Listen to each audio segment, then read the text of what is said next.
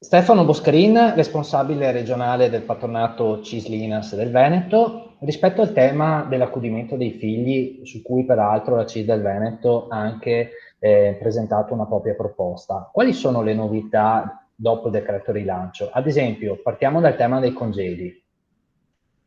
Per quanto riguarda il tema dei congedi per i periodi di sospensione delle attività scolastiche, la novità è che sono stati concessi ulteriori 15 giorni di assenza dal lavoro e che devono essere usufruiti entro il 31 luglio del 2020. Quindi ai 15 giorni precedenti sono stati aggiunti altri 15 giorni per un totale di 30 giorni che devono essere usufruiti, come dicevo, entro il 31 luglio del 2020.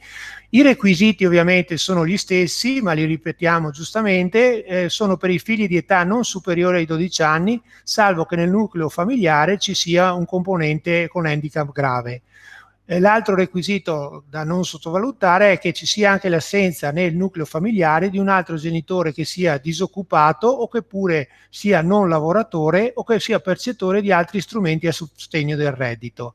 Per quanto riguarda l'indennità è rimasta inalterata, che è il 50% della retribuzione. Ovviamente c'è l'altro periodo che è il congedo non retribuito, le novità non sono assolutamente cambiate, è fino ai 16 anni di età del bambino.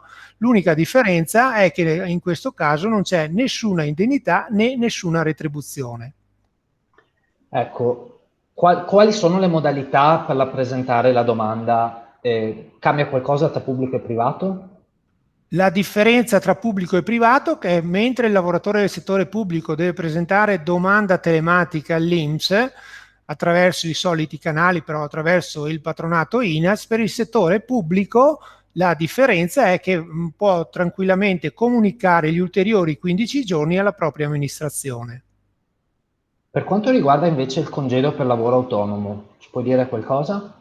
Per quanto riguarda i congedi per i lavoratori autonomi e iscritti in via esclusiva alle gestioni separate, non è cambiato assolutamente niente se non il fatto di avere questa possibilità di ulteriori 15 giorni. Passiamo al bonus babysitter. Cosa è cambiato? Per quanto riguarda il bonus babysitting, non è cambiato niente dal punto di vista della normativa, quindi il bonus è richiedibile in alternativa al congedo parentale straordinario fino al 12° anno di vita del bambino. È erogabile tramite il libretto di famiglia e è il cambio dell'importo che ovviamente adesso è fino a 1.200 euro per i lavoratori del settore privato, mentre per quanto riguarda i lavoratori del settore pubblico, del settore sanitario, quindi medici, infermieri oppure del comparto sicurezza e difesa, l'importo è aumentato fino ai 2.000 euro. L'altra cosa fondamentale però da ricordare è che oltre al servizio di babysitting è stato ulteriormente inserito la possibilità di utilizzare questo bonus per i centri estivi, i servizi integrativi all'infanzia o i servizi socio-educativi e ricreativi. Bene, per maggiori informazioni contattateci presso le nostre sedi territoriali per avere un appuntamento e una consulenza specifica.